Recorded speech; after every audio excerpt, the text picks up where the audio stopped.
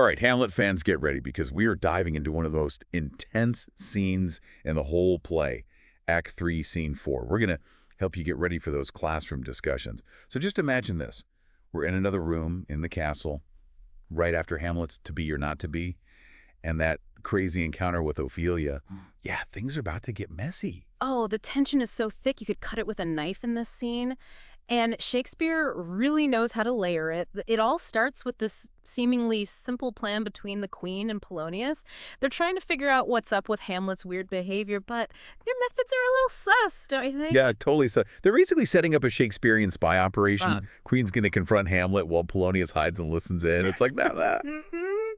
Reality TV, but with way more drama and definitely higher stakes. I mean, shouldn't she be a little more skeptical of Polonius's motives? Right. It shows how desperate she is to understand her son. And, maybe help him. But it also reveals how vulnerable she is. And a bit naive, maybe. She's putting a lot of trust in Polonius, who, let's be honest, is known for meddling and jumping to conclusions. Yeah, he's not exactly the most trustworthy guy. It's a recipe for disaster, for sure. And it really highlights that theme of deception and manipulation that runs through the whole play. But before we get to the fallout, let's talk about Hamlet's entrance. He comes in, and his words are like daggers. Oh, yeah, his language is so loaded. Double meanings and veiled accusations. It's brilliant. Like when he tells his mother, "Mother, you have my father much offended." He's playing with words in a way that the audience would have totally picked up on. On the surface, he seems to be talking about his dead dad. But there's a deeper, much more biting critique there. So what's the deeper meaning? What might students miss if they're not paying close attention? He's actually making a subtle jab at his mother's marriage to Claudius. Remember, offended back then could also mean sinned against. So Hamlet's low-key accusing his mother of betraying his father's memory by marrying this guy who murdered him. Classic Shakespeare. Packing a punch with wordplay. So we've got this simmering tension. And then Polonius makes a fatal mistake. He cries out from behind the curtain. And Hamlet, thinking it's Claudius, stabs him right through the fabric. Talk about impulsive. This killing always sparks debate. Is Hamlet really mad, or is he just a really good actor? It's a question that's puzzled people for centuries. There's evidence for both sides. On one hand, you've got Hamlet's erratic behavior, his wild pronouncements, and his willingness to kill without hesitation. That could point to genuine madness. But then, he can be so lucid and calculated at times, especially when he's plotting or manipulating others, like in that play within a play. He's such a complex character, always keeping us guessing. But let's focus on his reaction to killing Polonius for a second. Does he regret it right away? Any remorse at all? Well, that's where it gets even more complicated. There's a brief moment of shock. But then he quickly tries to justify it. Remember that line, "Thou wretched, rash, intruding fool, farewell." It's almost like he's blaming Polonius. Yeah. Making him out to be the architect of his own demise. Like he's trying to convince himself it was justified. But deep down, don't you think there's a flicker of guilt there? Oh, I think there has to be. This is the first time Hamlet's taken a life. And that act carries so much weight. Morally and emotionally, he can try to rationalize it. But the consequences of this action, they're going to echo throughout the rest of the play. No doubt about it. Yeah, things are about to get even more intense from here on out. But we'll have to save that for part 2 of our deep dive. See you then. It's interesting how quickly Hamlet just shifts his focus. From Polonius lying there dead to his mother, it's like killing Polonius just unleashed all these emotions. And he can't hold back anymore. That's such a good point. He just goes off on her. This scathing indictment of her choices. And the language is so vivid. It's like Shakespeare wanted students to spend hours analyzing this. Right, that comparison he makes between his father and Claudius, using those portraits as visual aids. So powerful. Yeah. He describes his dad as so excellent a king, while Claudius is a mildewed ear blasting his wholesome brother. That image of mildew just spreading and corrupting a healthy ear. It's brilliant. It speaks to that theme of corruption that just runs through the whole play. Claudius isn't just a bad king. He's like this contaminating force, spreading rot everywhere. And Hamlet blames his mother for this moral decay. I think students sometimes struggle with this part. Why is Hamlet so obsessed with his mother's sex life? It can feel a little over the top, even for Shakespeare. That's a question that comes up a lot in class. We have to remember that in Shakespeare's time, the king's marriage wasn't just personal. It was political and spiritual. It represented the health of the whole nation. So the queen's choice of husband wasn't just about her own happiness. Exactly. It had huge consequences for everyone. I see. So Hamlet sees his mother's marriage to Claudius as this huge betrayal. Absolutely, a violation of their sacred bond. And it's eating him up inside. Uh-huh. And then there's that graphic image he uses. The rank sweat of an enseamed bed. Ugh. He's trying to shock her, make her confront the ugliness of what she's done. Make her see the corruption? Yeah, and their family. And in Denmark itself, and just when you think the scene can't get any more intense, Shakespeare throws in a supernatural twist. The ghost comes back. The ghost shows up. Only Hamlet can see it. It's a moment that always gets people talking. What's the ghost doing back? Why can't the queen see it? The ghost's appearance is important for a couple of reasons. First, it highlights the conflict inside of Hamlet. It's like the ghost represents his conscience, urging him to take revenge. So even though the audience can see the ghost, it's really just a part of Hamlet's inner turmoil. Right. But it also adds to that whole is he mad or not question. I mean, the queen can't see the ghost. So to her, Hamlet's just talking to thin air. Right, it just feeds her belief that he's lost it. This scene is a masterclass in dramatic irony. The audience knows the ghost is real, but the queen doesn't. So much tension. Yeah. And it makes you wonder if Hamlet is really in control. Or is he being manipulated by something he doesn't understand? Is it his own will? Or is the ghost calling the shots? Such a complex question. It goes to the heart of who Hamlet is. He wants revenge, but he's struggling with what that means, what it'll do to him. And the ghost just makes things so much more complicated. So how does the queen react to all this?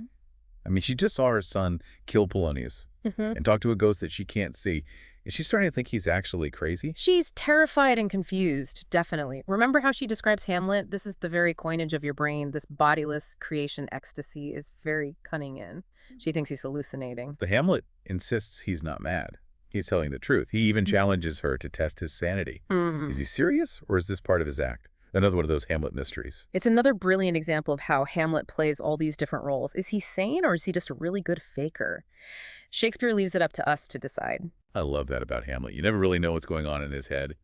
But what about the queen? Does she change at all during this scene? Well, at first she's scared and confused. But as Hamlet keeps pushing, something shifts. She says, "Oh, Hamlet, thou hast cleft my heart in twain." It's like Hamlet's words are finally getting through to her. Making her face the truth. Right. But is it a real change of heart? That's a great question for students to think about. The queen's last lines are really ambiguous. She promises Hamlet she won't tell anyone what he said, but we don't know if she'll keep her word.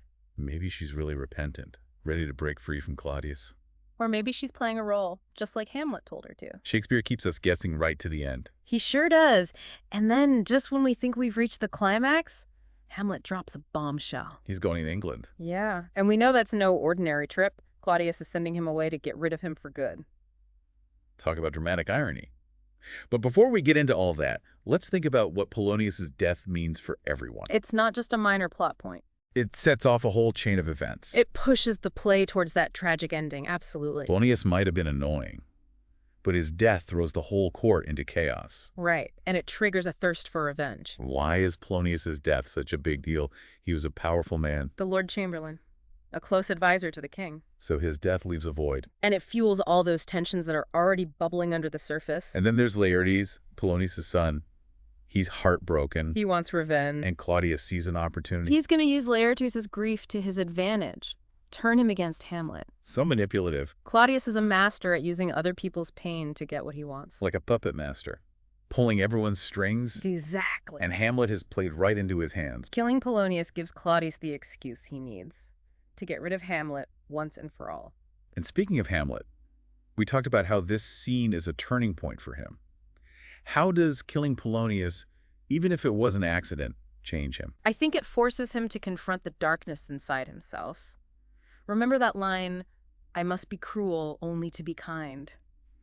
It's like he's trying to convince himself that he's doing the right thing, even if it means becoming a monster. It's the classic tragic hero dilemma. He wants justice. But his methods are getting more and more disturbing. He's trapped in this cycle of violence and revenge, and it's destroying him. So how does Hamlet killing Polonius affect his quest for revenge? Does it help him or hurt him? That's a tough question. On the one hand, Polonius was one of Claudius's allies. So his death weakens Claudius a bit. But it also adds another layer of guilt for Hamlet. And it makes him a target? Laertes wants him dead, And Claudius is even more determined to get rid of him. Hamlet's in serious danger now. So as we wrap up part 2 of our deep dive, what's one last question for students to think about as they reread this scene? What if Hamlet had made a different choice? What if he hadn't acted so impulsively? How would things have turned out differently? It's a hypothetical. But it makes us think about choices and unintended consequences. Even in a play as carefully crafted as Hamlet, there's always room for interpretation, different possibilities. That's why it's such a masterpiece. Exactly. Shakespeare gives us these complex characters, these morally gray areas. And he wants us to grapple with the big questions. About life, death, revenge, and what it means to be human. We've explored Act 3, Scene 4. Uncovered so many layers of meaning. Now it's your turn. Dive back into the text and discover your own interpretations. Okay, so we're back. Still digging deep into Act 3, Scene 4 of Hamlet. We've covered a lot of ground. Hamlet's confrontation with his mother, Polonius getting caught in the crossfire, layers of deception. So much manipulation. And, of course, that dramatic irony of Hamlet being sent to England. A trip planned by Claudius with some seriously shady intentions. But before we wrap things up, let's think about the ripple effects of this whole scene. Yeah, how do the events in Act 3, Scene 4 shape the rest of the play? What are the big questions students should be thinking about as they get ready for class discussions? That's a great place to start. This scene isn't just a standalone moment. It sets off a chain reaction that affects every character. And pushes the plot toward that tragic ending. So it's a turning point. A point of no return. The stakes are higher, the tension is thicker. And the consequences, they're about to get a whole lot worse. So let's break it down. What are some of the specific consequences that students should be ready to discuss? Well, first and foremost, Polonius is dead. And that seemingly accidental killing has huge implications. You might be thinking, why is Polonius' death such a big deal? He was kind of a pompous, meddling old guy, but his death throws the whole court into chaos. And it sets off this whirlwind of revenge. He wasn't just anyone. Right. He was the Lord Chamberlain, a trusted advisor to the king. So his death leaves this power vacuum. And it just adds fuel to the fire. All those tensions in the court are about to explode. And then there's Laertes, Polonius' son. He's devastated. Wants revenge. And Claudius, well, he sees an opportunity. Oh, yeah. He's going to exploit Laertes' grief, turn him against Hamlet. Claudius is so good at manipulating people. Using their pain for his own benefit. Like a puppet master. Pulling all the strings. And Hamlet, he's walked right into the trap. Killing Polonius gives Claudius the perfect excuse to get rid of Hamlet. Speaking of Hamlet, we talked about how this scene is a turning point for him too. How does killing Polonius, even accidentally, change him? I think it makes him face the darkness inside himself. He says, I must be cruel only to be kind. It's like he's justifying what he did, convincing himself that he has to become a monster to do the right thing. The classic tragic hero dilemma. He's trying to bring justice. But his methods are becoming more and more questionable. He's caught in this downward spiral of violence and revenge. So how does killing Polonius affect his plan to avenge his father? Does it help him get closer to his goal? Or does it push him further away? It's a complicated question. No easy answers. On one hand, Polonius was Claudius' ally, so getting rid of him weakens Claudius a little. But it also adds to Hamlet's guilt. And it makes him a bigger target. Laertes wants revenge. And Claudius is more determined than ever to eliminate Hamlet. Hamlet's in a dangerous position now. So as we wrap up our deep dive into Act 3, Scene 4, what's one final thought-provoking question for students to consider? What if Hamlet had chosen a different path? What if he hadn't given in to that impulse? Would things have played out differently? It's a hypothetical question. But it forces us to think about the choices characters make. And the unintended consequences. Even in a play as carefully structured as Hamlet, There's always room for interpretation. different possibilities. That's part of what makes it so brilliant. Shakespeare gives us these complex characters. These morally ambiguous situations. And he leaves it up to us to wrestle with the big questions. About life and death, revenge, and the human condition. We've explored Act 3, Scene 4. Unpacked so much. Now it's your turn. Go back to the text and see what you discover.